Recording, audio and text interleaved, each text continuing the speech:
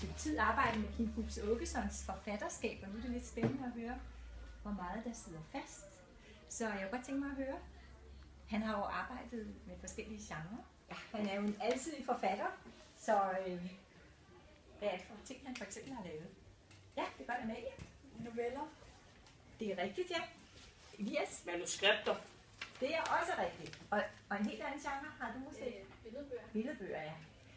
Det der med noveller, hvad kunne det være for nogen, for eksempel? Ja, Elias? Hunden. Hunden, det er rigtigt. Hvad var det, der var særligt ved den novelle? Var det en alvorlig novelle, eller var det en Det var sådan lidt sjov novelle? sådan lidt sjov en. Ja. Og lidt alvorlig, ikke? Jo. Okay. Tennis. Ja. Hvad var det, den handlede om? En dreng, der havde følelser for en pige. Ja. Hvor kan se 50 Shades of Grey? Frikvarter. Jeg vil fucking gerne se den, mand. Åh, det er forresten! Okay. Fan. Jeg kan faktisk ikke bygge den her. Ja! Ja, tak.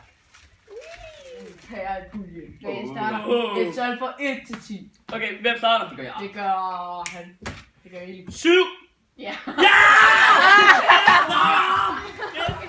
Drengens frikvarter.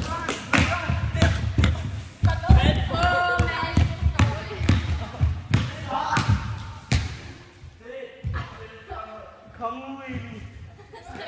Pigernes frikvarter. Ej, jeg har ikke skrevet den. Ej, må jeg se? Det er vikar! Når vi er vikar. Det kan du sige. Vi kan ikke finde den.